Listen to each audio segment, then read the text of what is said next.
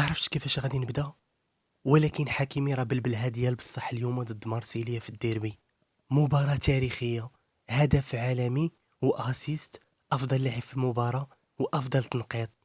ونزيدك، واش فراسك باللي حكيمي اليوم دخل التاريخ بالكفرة اللي ماركا وتعتبرات اسرع قذيفة في تاريخ كرة القدم، وصلت السرعة ديالها ل 261 كيلومتر في الساعة. هذا الرقم القياسي كان عند روبرتو كارلوس، ولكن اليوم حكيمي حيدوا ليه وكتبوا بسميتو. اشرف في هاد الماتشات الاخرى مع المدرب انريكي ولا كيلعب مرتاح، يعني انريكي عرف كيفاش يوظف حكيمي وعطاه الحريه ديالو يلعب كيما بغا، وخلاه يلعب القدام كجناح مهاجم. هاد النسخه ديال حكيمي هي الافضل مع البي اس جي، وفكرنا غير في حكيمي ديال الانتر مع المدرب كانتي.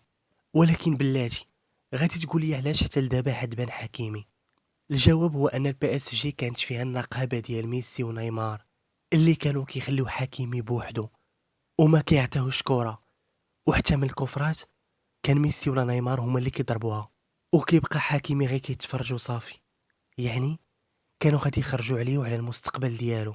هادشي علاش طلع هو اكبر مستفيد من مغادره ميسي ونيمار وحتى دي ماريا.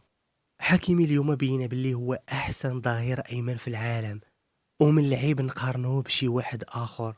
غير قبل ما نختم، بغيت غير نفكركم باللي وليد ركراكي المدرب الوطني تفرج في الماتش اليوم، منها شاف الابداع ديال حكيمي، ومنها تفرج في أناحي وحاريت اللي للاسف ما بانوش بزاف، حيت الريتم باش لعبات باريس سان جيرمان كان طالع بزاف، وهادشي اللي ما خلاش أناحي وحاريت يبانوا مزيان.